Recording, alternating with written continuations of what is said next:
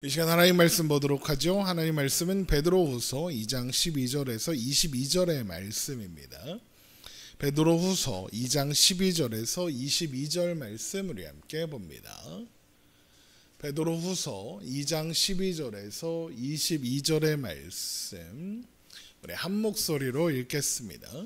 그러나 이 사람들은 본래 잡혀 죽기 위하여 난 이성 없는 짐승 같아서 그 알지 못하는 것을 비방하고 그들의 멸망 가운데서 멸망을 당하며 불의의 값으로 불의를 당하며 낮에 즐기고 노는 것을 기쁘게 여기는 자들이니 점과 흠이라.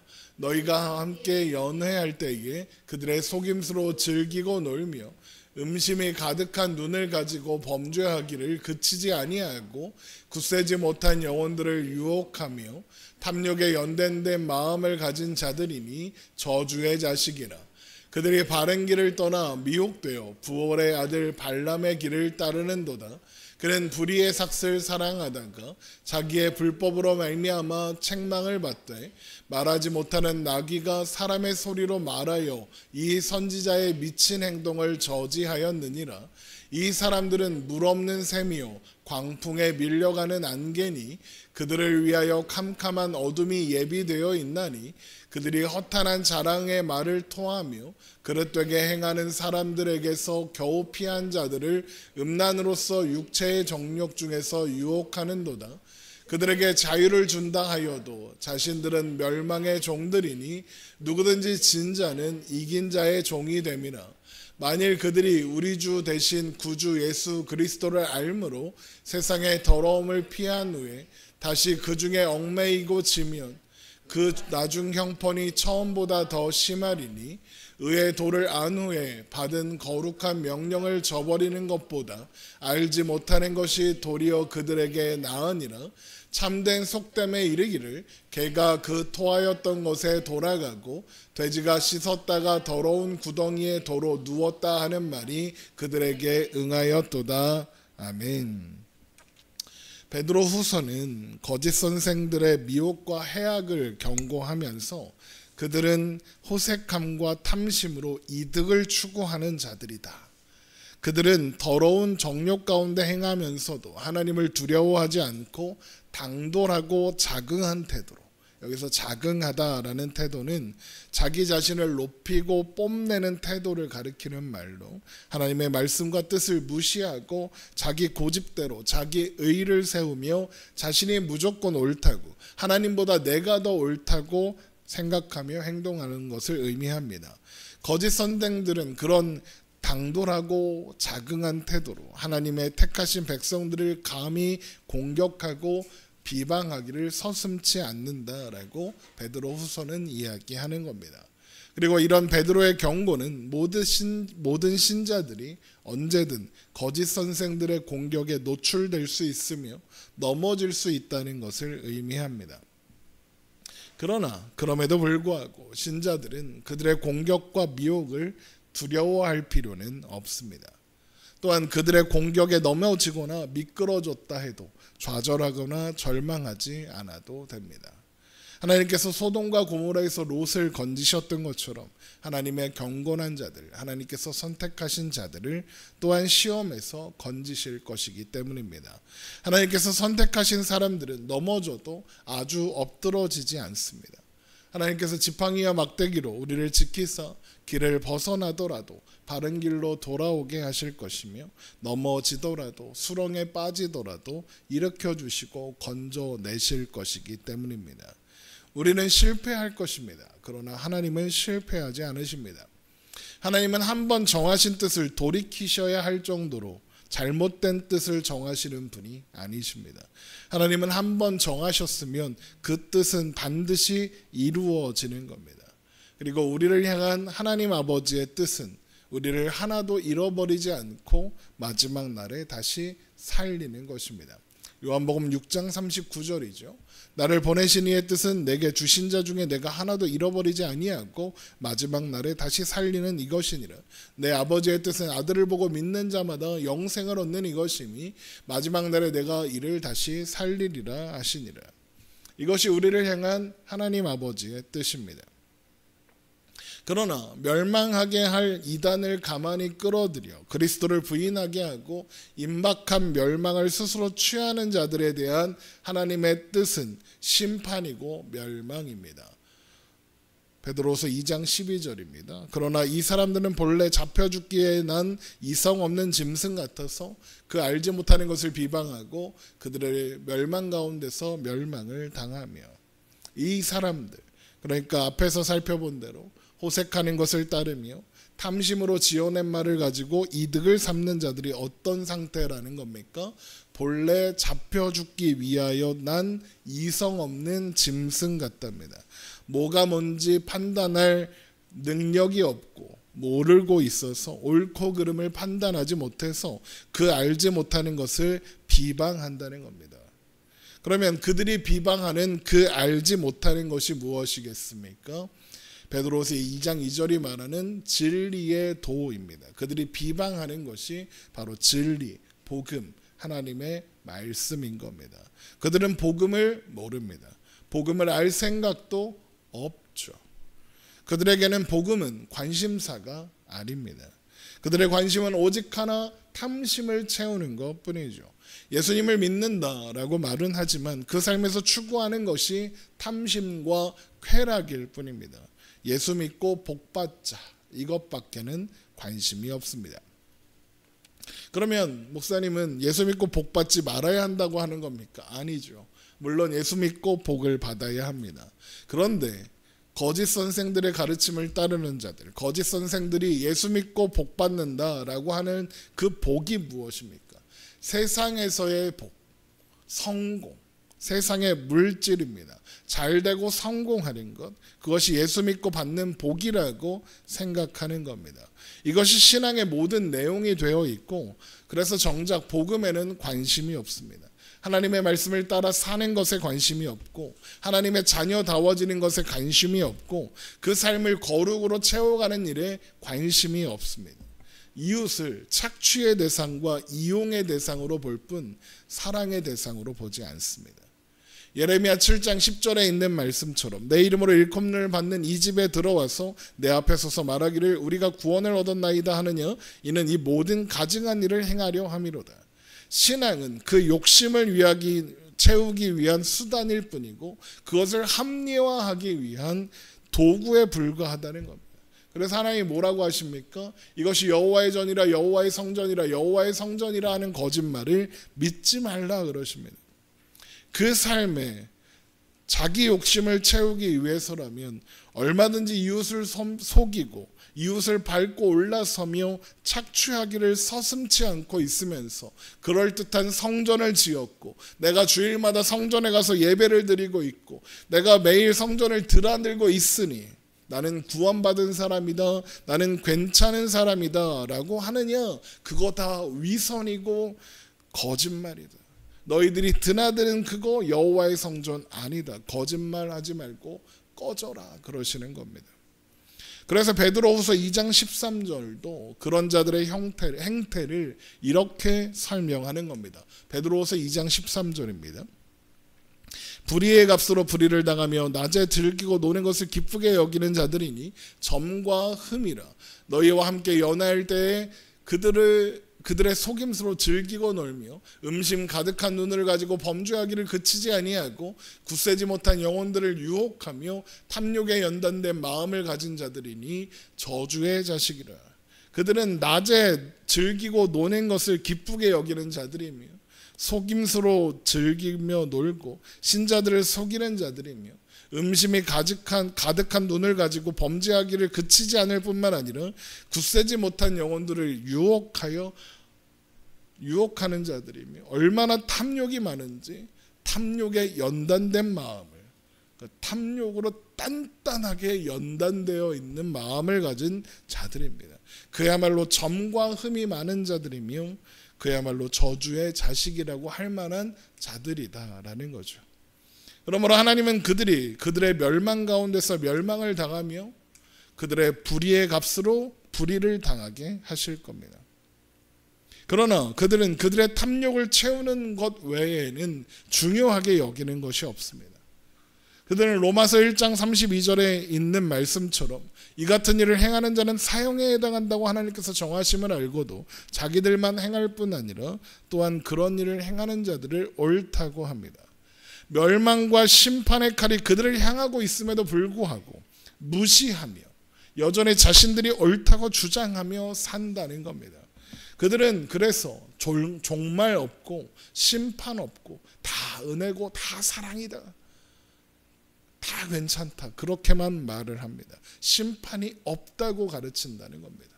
베드로서 3장 3절입니다. 먼저 이것을 알지니 말세에 조롱하는 자들이 와서 자기의 정욕을 따라 행하며 조롱하여 이르되 주께서 강림하신다는 약속이 어디 있느냐? 조상들이 잔후로부터 만물이 처음 창조될 때와 같이 그냥 있다 하니. 주님 다시 오신다는 약속 거짓말이다. 만물이 처음 창조될 때와 같이 그냥 있다. 그러니까 세상의 마지막이 있다는 것도 거짓말이다, 이겁니다. 단순히 종말이 없다 이런 뜻이 아니라 기독교가 말하는 종말, 기독교가 말하는 종말이 뭡니까? 하나님께서 선택하신 경건한 자들은 천국으로 맞이하시고 그렇지 않은 자들은 심판하신다는 게 기독교가 말하는 종말이죠. 바로 이 성경이 말하는 심판의 종말이 없다라고 부정하는 겁니다. 그렇게 심판과 종말을 모두 부정하고 나면 할 수 있는 일이 뭡니까? 세상에서 기회 있는 대로 담대하게 쾌락을 채우며 탐심을 따라 썩어질 것을 구하며 사는 것뿐입니다. 그러면서 그들은 그런 것들로 신자들을 미혹하고 흔들려고 합니다. 그러나 그들이 가는 길은 과거 불의의 삭슬 사랑했던 부올의 아들 발람의 길일 뿐이다라고 베드로는 이야기합니다. 베드로서 2장 15절입니다. 그들이 바른 길을 떠나 미혹되어 부올의 아들 발람의 길을 따르는 도나 그는 불의의 삭슬 사랑하다가. 부올의 아들 발람이란 민수기 22장에서 24장에 나오는 선지자, 정확하게는 선지자라기보다는 점술가, 영매 이런 겁니다. 요즘 무당 같은 겁니다. 하나님의 선지자가 아니라 무당입니다. 그 사람이 모압 왕 발락이라는 사람에게 이스라엘을 저주해라. 그러니까 그 요즘 무당 드라마 나오던데 보면 이렇게 살을 날린다, 이스라엘에게 살을 날려라 이렇게 요구를 합니다. 그래서 막 큰 돈을 약속하죠. 그런데 하나님은 발람에게 그 요구를 받아들이면 안 된다라고 말씀하십니다. 민수기 22장 4절인데 좀 깁니다. 한번 천천히 눈으로 따라오시면서 들으시면 되겠습니다. 미디안 장로들에게 이르되 이제 이 무리가 소가 발의 풀을 뜯어먹은 같이 우리 사방에 있는 것을 다 뜯어먹으리로다 하니 그때 십불의 아들 발락이 모압 왕이었더라. 그가 사신을 부올의 아들 발람의 고향인 강가 부돌에 보내어 발람을 부르게 하여 이르되 보라, 한 민족이 애굽에서 나왔는데 그들이 지면에 덮어서 우리 맞은편에 거주하였고 우리보다 강하니 청하건대 와서 나를 위하여 이 백성을 저주하라. 내가 혹 그들을 쳐서 이겨 이 땅에서 몰아내리라. 그대가 복을 비는 자는 복을 받고 저주하는 자는 저주를 받을 줄을 내가 알미니라. 모압 장로들과 미디안 장로들의 손에 복채를 가지고 떠나 발람에게 이르러 발락의 말을 그에게 전하매 발람이 그들에게 이르되 이 밤에 여기서 유숙하라. 여호와께서 내게 이르시는 대로 너희에게 대답하리라. 모압 귀족들이 발람에게서 유숙하니라. 하나님이 발람에게 임하여 말씀하시되 너와 함께 있는 이 사람들이 누구냐? 발람이 하나님께 아뢰되 모압 왕 십볼의 아들 발락이 내게 보낸 자들이니이다. 이르기를 보라, 내가 애굽에서 나온 민족이 지면에 덮였으니 이제 와서 나를 위하여 그들을 저주하라. 내가 혹 그들을 쳐서 몰아낼 수 있으리라 하나이다. 하나님이 발람에게 이르시되 너는 그들과 함께 가지도 말고 그 백성을 저주하지도 말라. 그들은 복을 받은 자들이니라. 발람이 아침에 일어나서 발락의 귀족들에게 이르되 너희는 너희의 땅으로 돌아가라. 여호와께서 내가 너희와 함께 가기를 허락하지 아니하시느니라. 이 말씀에서 발람이 하나님께 물었고 하나님이 발람에게 대답하셨다고 해서 발람이 하나님의 선지자라고 생각하면 안 됩니다. 그는 베드로서의 평가처럼 불의의 삭슬 사랑해서 어떻게든 모압 왕 발락의 요구를 들어주려고 했던 영매, 점쟁이, 무당이지 하나님의 선지자가 아닙니다. 그런데도 그가 하나님의 말씀을 듣는 것은 선지자로서, 그러니까 영매로서 신적인 명령을 거부할 수 없었으니까 그러는 겁니다. 실제로 그래서 발람이 나중에 이 다음의 내용에 가면 이스라엘 백성들을 타락해 하는 일을 주도하는 것을 볼 수 있습니다. 그러니까 이 사람은 하나님의 선지자가 아닙니다. 그러니까 하나님께서 그들의 말을 듣지 말라고 말씀하셨다. 그러니까 영매로서는 더 할 게 없는 겁니다. 그래서 돌아가라고 하죠. 그런데 뭐가 있습니까? 복채가 이만큼 있습니다. 그들이 약속하는 그 부는 보화가 아깝습니다. 그리고 어떻게든 하고 싶은 겁니다. 그런데 지금 신이 하지 말라고 하니까 안 하기로 하고 돌려보냅니다. 그런데 아까워요. 그러니까 어떻게 합니까? 발락의 신하들이 다시 찾아와서 더 큰 재물을 약속합니다. 그러니까 발람이 어떻게 하느냐? 내가 다시 물어볼게 그럽니다. 이게 무슨 말입니까? 이미 하나님의 뜻은 명확해요. 하지 말라는 겁니다. 근데 발람은 어떻게든 하고 싶은 겁니다. 그래서 다시 물어본다고 그러는 거죠.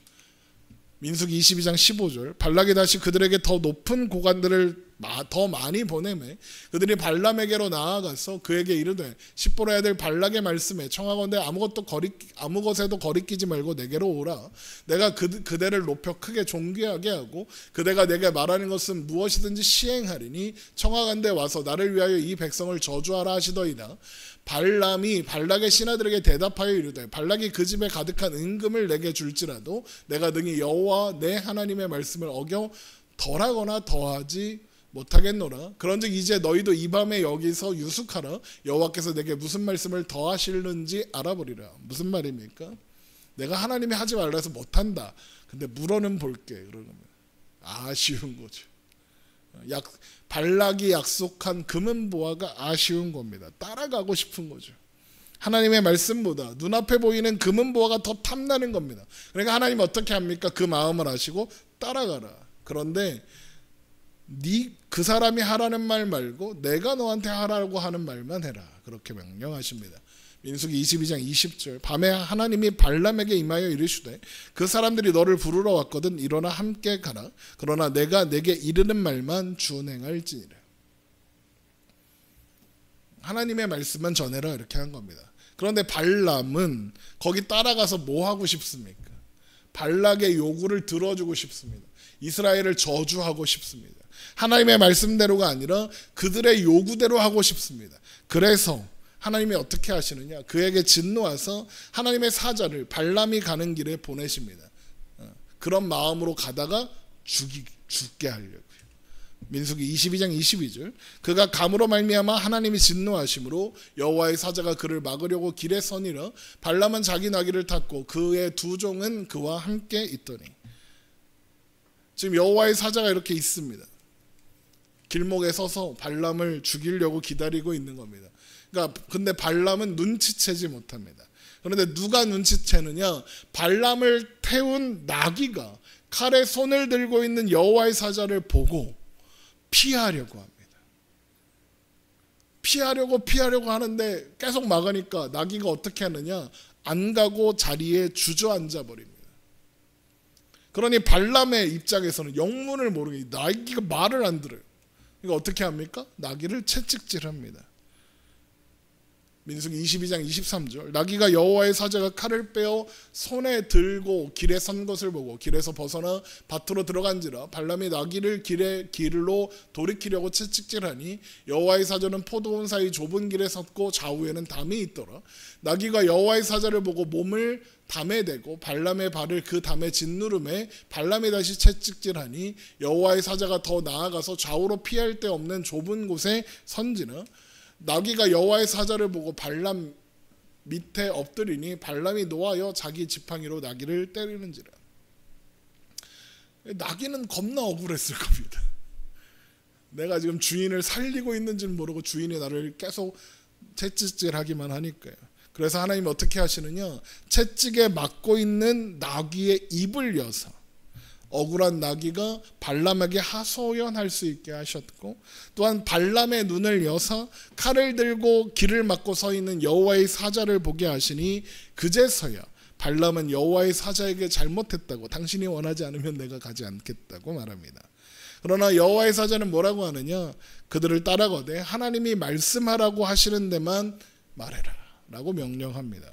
그래서 결국 돈을 위해서 이스라엘을 저주하려고 했던 발람은 이스라엘을 축복하고 이스라엘의 대적에 대해서는 심판과 멸망을 선포하게 되죠.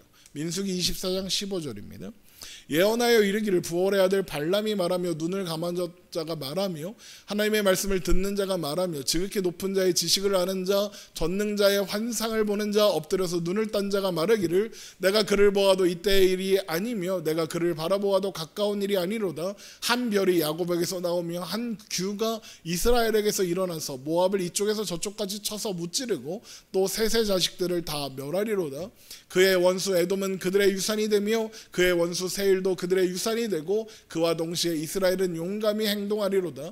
주권자가 야곱에게서 나서 남은 자들을 그 성읍에서 멸하리로다 하고 또 아말렉을 바라보며 예언하여 이르기를 아말렉은 민족들의 으뜸이나 그의 종말은 멸망에 이르리로다 하고 또 겐 족속을 바라보며 예언하여 이르기를 내 거처가 견고하고 내 보금자리는 바위에 있도다. 그러나 가인이 쇠약하리니 나중에는 아수르의 포로가 되리로다 하고 또 예언하여 이르기를 슬프다. 하나님이 이 일을 행하시리니 그때 살자가 누구리랴? 기띔 해변에서 배들이 와서 아수르를 학대하며 에벨을 괴롭힐 것이나 그도 멸망하리로다 하고. 그러니까 발람이 이스라엘을 저주하고 모압 편을 들어줘야 되는데 그 말을 못하고 이스라엘의 대적이 다 멸망할 거다. 그 선언을 하는 겁니다. 바로 이 이야기를 생각하라는 겁니다.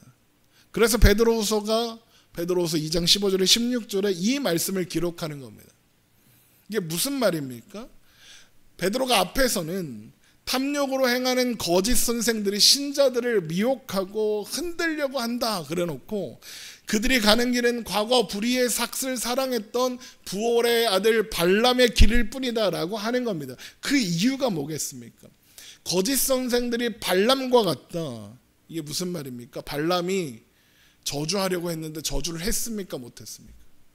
이스라엘을 실패하게 하려고 했는데 실패하게 했습니까? 못했습니까? 못했습니다. 그 얘기를 하는 겁니다. 발람이 하나님의 백성들을 실패하게 하려고 했으나 발람은 헛수고를 할 뿐이었다. 발람이 이스라엘을 저주하고 망하게 하려고 시도했으나 하나님이 그를 막으사 결국 실패했고 오히려 이스라엘을 축복하고 이스라엘을 대적하는 자들의 멸망만 선포했다. 그런 것처럼 신자들을 망하게 하려고 하는 거짓 선생들의 시도는 결국에는 무의로 돌아가게 될 것이며 그 모든 시간은 오히려 신자들에게 더 큰 복이 되어 최후 승리로 돌아갈 것이다. 오히려 신자들을 미혹하던 거짓 선생들은 망하고 심판받게 될 것이다. 그 이야기를 하려는 겁니다. 그 이야기를 떠올리라는 겁니다. 거짓 선생들이 너희를 괴롭히고 힘들게 할 것이나 그들은 아무것도 할 수 없을 것이다. 베드로는 그 이야기를 하는 거죠. 그래서 베드로전서 4장 12절에 불시험 당하는 것을 이상한 일 당하는 것처럼 생각하지 말고 오히려 기뻐하라고 그 모든 시간 동안 우리를 더욱 영화롭게 하시려는 하나님의 뜻이 이루어져가는 시간일 뿐이라고. 하나님의 영이 우리와 함께 하사 도우시고 보호하사 최후 승리 최후 영광의 자리에 가게 하실 거다라고 이야기했던 것처럼 말이죠. 베드로전서 4장 12절 사랑하는 자들아 너희를 연단하려고 오는 불시험을 이상한 일 당하는 것 같이 이상히 여기지 말고 오히려 너희가 그리스도의 고난에 참여하는 것으로 즐거워하라. 이는 그의 영광을 나타내실 때에 너희로 즐거워하고 기뻐하게 하려 함이라. 너희가 그리스도의 이름으로 치욕을 당하며 복 있는 자로다. 영광의 영 곧 하나님의 영이 너희 위에 계심이라. 너희 중에 누구든지 살인이나 도둑질이나 악행이나 남의 일을 간섭하는 자로 고난을 받지 말려니와 만일 그리스도인으로서 고난을 받으면 부끄러워하지 말고 도리어 그 이름으로 하나님께 영광을 돌리라. 우리를 넘어뜨리려고 하는 모든 시도들마저도 하나님은 우리를 연단하여 더욱 단단하게 하시는, 더욱 하나님의 자녀답게 만드시는 과정으로, 도구로 사용하신다는 겁니다. 그래서 바울이 로마서 8장 28절에 하나님을 사랑하는 자 곧 그의 뜻대로 부르심을 입은 자들에게는 모든 것이 합력하여 선을 이루느니라 라고 하는 겁니다. 하나님이 합력하여 선을 이루실 모든 것은 우리의 정말 모든 것입니다. 우리가 잘한 일, 열심히 한 일, 칭찬받은 일 뿐만 아니라 우리의 넘어짐, 우리의 실수와 실패, 우리의 절망과 좌절과 아픔과 눈물, 부끄러움, 고통, 어려움, 모든 우리가 아무 쓸모없다고 생각하는 모든 것들을 포함하는 정말 모든 것들이 합력하여 하나님은 선을 이루게 하실 겁니다. 우리를 향한 하나님의 뜻을 이루실 겁니다. 하나님은 실수하지도 실패하지도 않는 분입니다.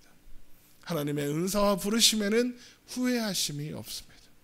그러나 신자들을 미혹하고 넘어지게 하려는 자들, 그래서 자신들의 배를 채우고 탐심으로 채우려 하는 자들은 물 없는 샘 같을 것이고 광풍에 밀려가는 안개 같을 겁니다. 베드로후서 2장 17절, 이 사람들은 물 없는 샘이요 광풍에 밀려가는 안개니 그들을 위하여 캄캄한 어둠이 예비되어 있나니.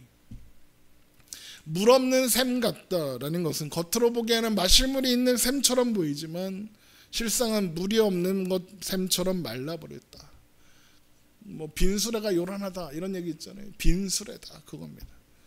광야를 걷는 자들에게 샘은 반갑고 또 너무나도 필요한 존재인데 물 없는 샘, 겉으로만 그럴듯해 보이는 샘은 아무 쓸모가 없는 것처럼, 아무 가치 없는 존재, 아무 쓸데없는 존재다 이겁니다. 거짓 선생들은 무언가 엄청난 것을 얻을 수 있는 것처럼, 광야의 그 목마름을 이기게 해주고 해결해 줄 것처럼, 당장의 인생의 목마름을 해결해 줄 것처럼 미혹하지만 실상은 물 없는 샘이요 아무것도 든 것이 없는 요란하기만 한 빈수레에 불과하다 이겁니다. 또 광풍에 밀려가는 안개 같다 그러죠. 이건 거짓 선생들, 미혹하는 자들은 바람 한 번에 사라질 안개와 같다 이겁니다. 안개는 실체가 없고 손에 잡히지도 않으며 힘도 없고 아무 능력도 없습니다. 손에 잡을 수 있는 것이 아무것도 없죠. 그렇게 사라지는 안개처럼 금방 사라질 존재에 불과하다. 하나님의 심판이 임하시면 결국 사라지고 말 것이다 이겁니다. 그러므로 그들의 결론은 캄캄한 어둠뿐이죠. 베드로후서 2장 17절, 이 사람들은 물 없는 샘이요 광풍에 밀려가는 안개니 그들을 위하여 캄캄한 어둠이 예비되어 있다 그러는 겁니다. 성경에서 어둠은 하나님의 부재를 상징하는 것으로, 하나님은 빛이심으로 하나님의 부재는 어둠일 수밖에 없습니다. 그런데 하나님은 또한 생명이므로 하나님의 부재, 곧 어둠은 생명의 부재이고, 그래서 하나님의 부재는, 어둠은 곧 사망과 영원한 멸망, 영원한 사망과 영원한 멸망을 의미합니다. 그러니까 물 없는 샘같이 쓸데없고 광풍에 밀려가는 안개처럼 실체도 없이 사라질 거짓 복음을 따르고 거짓 복음을 전하는 자들, 복음을 모르고 하나님께 불순종하는 자들의 결론은 영원한 사망밖에 없다, 그 이야기를 하는 거죠. 그럼에도 그들은 허탄한 자랑의 말을 하며 그릇되게 행하는 사람들을 겨우 피한 자들을 음란으로 육체의 정욕으로 유혹합니다. 베드로후서 2장 18절입니다. 그들이 허탄한 자랑의 말을 통하며 그릇되게 행하는 사람들에게서 겨우 피한 자들을 음란으로서 육체의 정욕 중에서 유혹하는 듯다. 허탄한 자랑의 말을 통하며 그릇되게 행하는 사람들, 세상 거짓 선생들, 그들에게서 겨우 피한 사람들, 그들에게서 겨우 이제 막 벗어난 사람들, 허탄한 데서 벗어나 빛 가운데서 이제 겨우 들어온 사람들, 이제 그래서 더 겨우 신화의 성품에 참여하여 거기서 자라가기로 된 사람들, 누굽니까? 초신자들이, 이제 막 예수를 믿은 사람들. 그러니까 거짓 선생들은 이제 막 신자가 된 사람들을, 그래서 아직 그 뿌리가 깊지 않고 흔들리기 쉬운 자들을 미혹하여 그들의 정욕을 채울 대상으로 여기며 유혹한다는 겁니다. 뭐라고 유혹하느냐? 자유를 준다고 약속합니다. 자유를 준다고 한다는 게 무슨 뜻입니까? 거짓 복음이 가르치는 거죠. 뭡니까? 마음대로 살아도, 탐욕을 채우며 살아도, 탐욕을 추구하며 살아도 그게 복 받는 거다. 구원받았으니 그게 성공한 거다. 그게 예수님이 주시는 복이다. 11조 했으니, 주일 성수했으니, 교회에서 직분을 받았으니, 새벽 기도를 했으니 괜찮다 그러고, 그런 종교적인 몇 개 하는 것으로 세상의 복을 받는다 약속하는 겁니다. 교회 밖에서의 삶은 알아서 원하는 대로 살아도 상관없다 이겁니다. 이것이 여호와의 성전이라 여호와의 성전이라 여호와의 성전이라고 거짓말해도 괜찮다는 겁니다. 그럼 복음이 주는 자유를 왜곡하여 육체의 욕심을 따라 살아도 된다고 자유를 약속하는 겁니다. 내가 옳다, 이런 게 잘하는 거다, 이게 진짜 신앙생활이다, 이게 진짜 축복이다, 이게 진짜 자유다 그러는 겁니다. 그야말로 이런 일을 행하는 자는 사형에 해당한다고 하나님께서 정하심을 알고도 자기들만 행할 뿐 아니라 그런 일을 행하는 자들을 옳다 한다는 로마서 1장 32절 그 말씀 그 자체인 겁니다. 그런데 이게 자유입니까? 아니요, 그건 자유가 아니라 죄에 속박되는 길이고 죄의 노예가 되는 길입니다. 자유를 약속하는 그들이 이미 멸망의 종, 사망의 종, 죄의 종이 되어 죄의 노예로 살고 있으니까요. 자신들은 멸망의 종들이니 누구든지 진 자는 이긴 자의 종이 됩니다. 죄의 진 자들, 멸망의 진 자들이라는 겁니다. 물론 그들도 예수님을 안다고 할 겁니다. 예수님을 믿는다고 구원을 받았다고 할 겁니다. 겉으로는 믿는 것처럼 보일 겁니다. 교회가 커지고 대형화되어 있을 겁니다. 그러나 그들은 참된 믿음을 한 번도 가져보지 못한 거짓 신자 가라지일 뿐입니다. 베드로후서 2장 20절 만일 그들이 우리 주 대신 구주 예수 그리스도를 알므로 세상의 더러움을 피한 후에 다시 그 중에 얽매이고 지면 그 나중 형편은 처음보다 더 심하리니 의의 도를 안 후에 받은 거룩한 명령을 저버리는 것보다 알지 못하는 것이 도리어 그들에게 나으리라. 여기에서 그들이 우리 주 대신 구주 예수 그리스도를 알므로 또 의의 도를 안 후에 라는 표현이 나온다고 해서 그들이 진짜 믿었는데 진짜 신자였는데 나중에 뭐 잘못해서 믿음에서 떨어졌다 타락했다 이렇게 생각하면 안 됩니다. 이 모든 말씀 앞에 뭐라고 있습니까? 만일 있습니다. 만약에입니다. 실제로 있는 일이 아니라 없는 일을 가정할 때 사용하는 표현인 겁니다.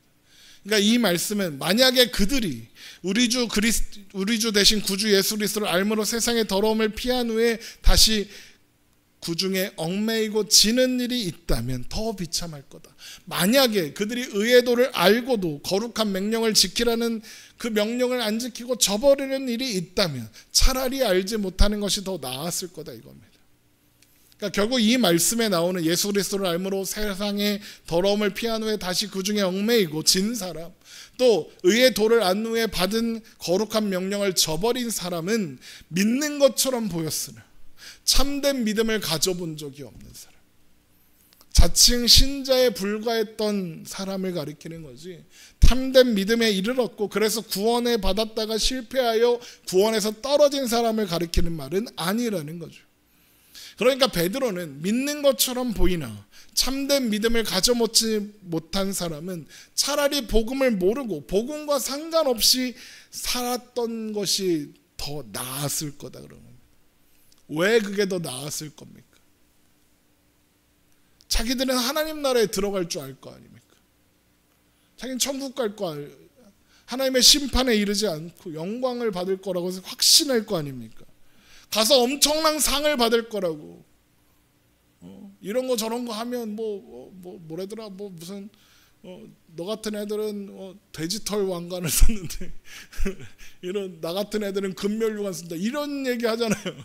금면류관 쓸 줄 알았는데 차라리 그런 걸 모르고 있었으면 괜찮을 텐데 상 받을 줄 알았다가 벌 받는 겁니다. 심판을 받는 겁니다. 여러분 나 상 받을 줄 알았는데 칭찬 받을 줄 알았는데 혼나면 벌 받으면 얼마나 비참합니까? 내가 잘한 줄 알았는데 망. 그것보다 비참한 일이 어디 있습니까? 그 이야기를 하는 거죠.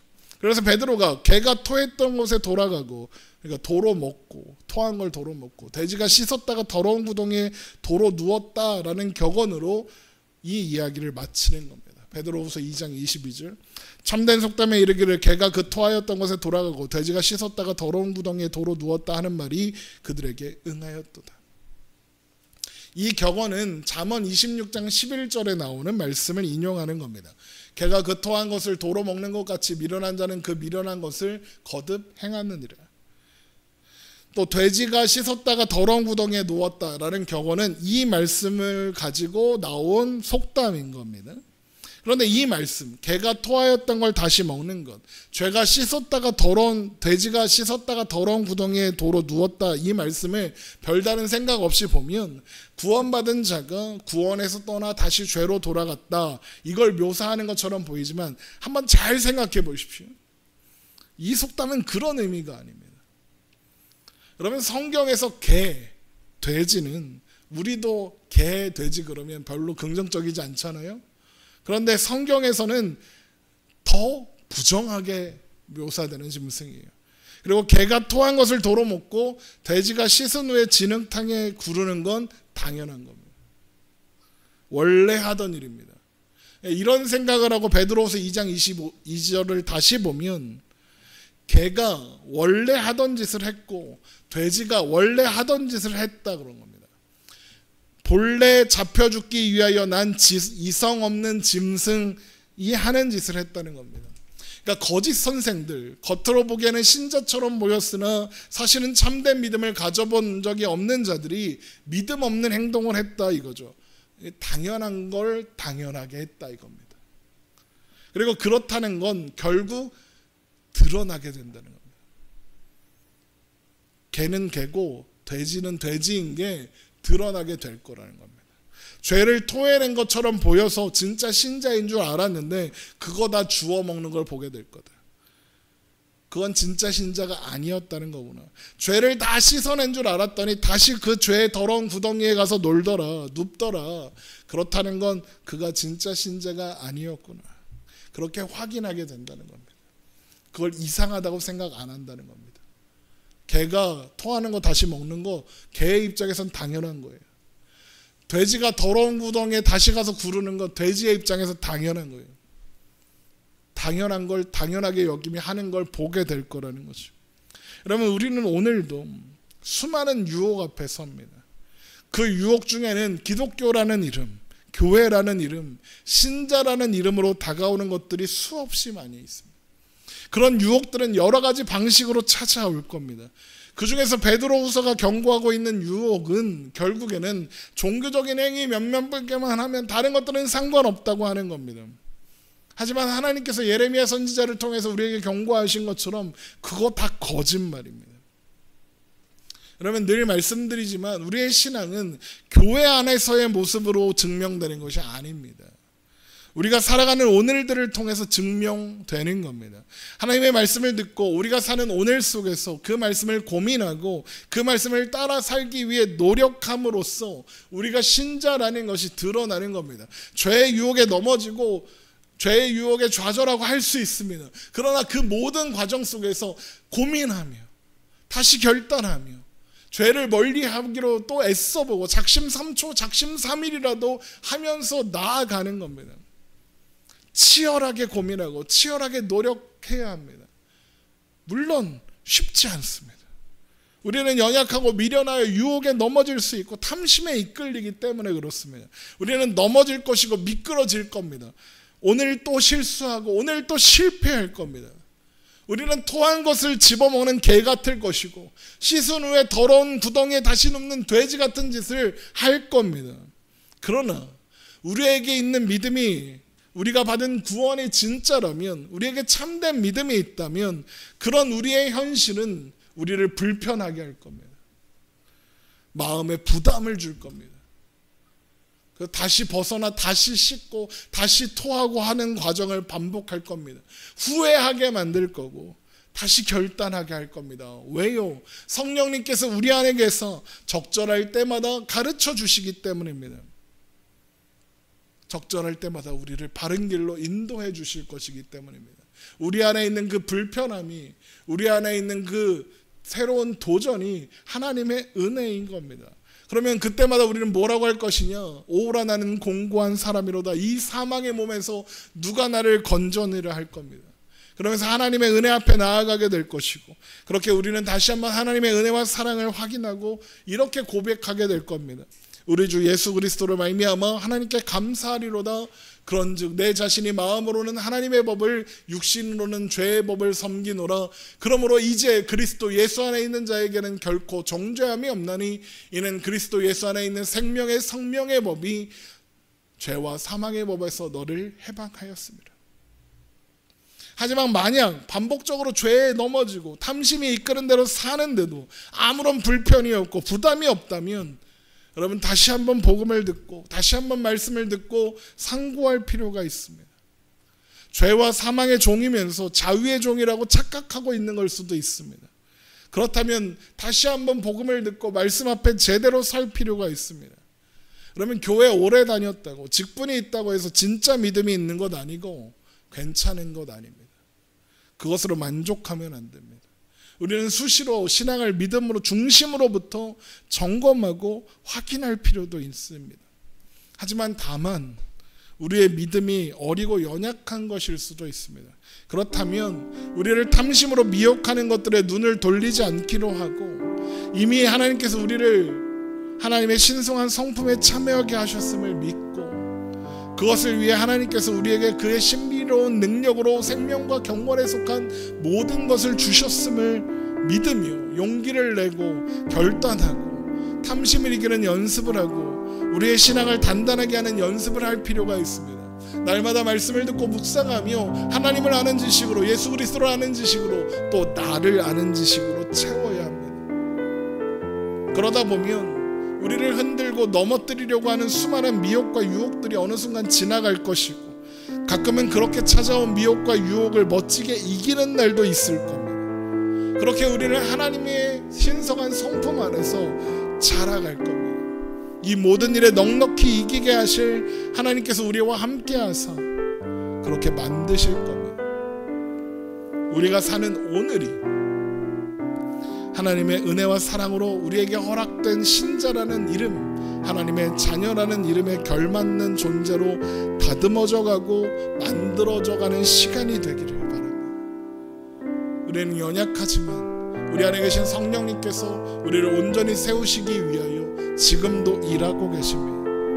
날마다 말씀 앞에 겸손히 서고 날마다 하나님의 말씀을 묵상하며 그 말씀하심에 그 성령님의 인도하심을 따라 복음의 능력들이 우리 삶에 채워지고 우리 삶에 나타나게 되기를 주님의 이름으로 축원합니다. 우리 함께 찬양하고 기도하겠습니다.